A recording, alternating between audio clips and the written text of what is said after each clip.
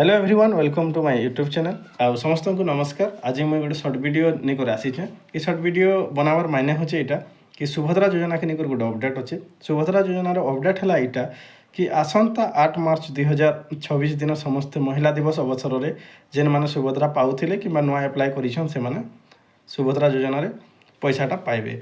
तो ये जेन गोटे मेसेज आसी से समस्त मोबाइल के कि सीबीडीसी रे पंजीकृत हो आपन चतुर्थ किस्तिर लाभ उठाते बोलिक गोटे मेसेज आसचे।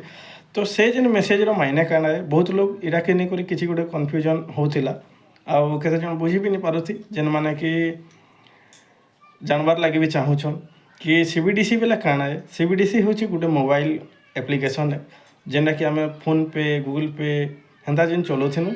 तो सीबीडीसीटा हूँ बैंकिंग ऐप गोटे आम जदि एसबीआई रे खाता अच्छे बोले आम एसबीआई के गले से माने गोटे एप्लिकेशन डाउनलोड करदेवे आम मोबाइल रे आउ से मोबाइल माध्यम से एप्लिकेशन के पैसा आसबा। तो एंता किसी अपडेट अच्छे जेन मोबाइल रे आपनकर मोबाइल नंबर दिकर सुभद्रा योजना अप्लाई करथिले से नंबर मान के सब मेसेज आसीचे। तो इटा बाध्यतामूलक क्या जदि सीबीडीसी नहीं कले पैसा पड़वा कि नहीं एमती भी किसी कन्फ्यूजन क्रिएट होचे।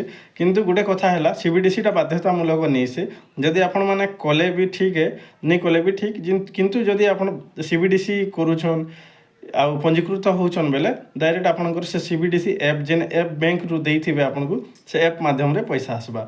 आउ आपण जनता आम फोन पे गूगल पे यूज करूछन से हिसाब रे आपण माने सुविधा रे यूज करि पारबे। आ जदि नहीं कले भी पैसा आसबा पैसाटा बंद नहीं हुए।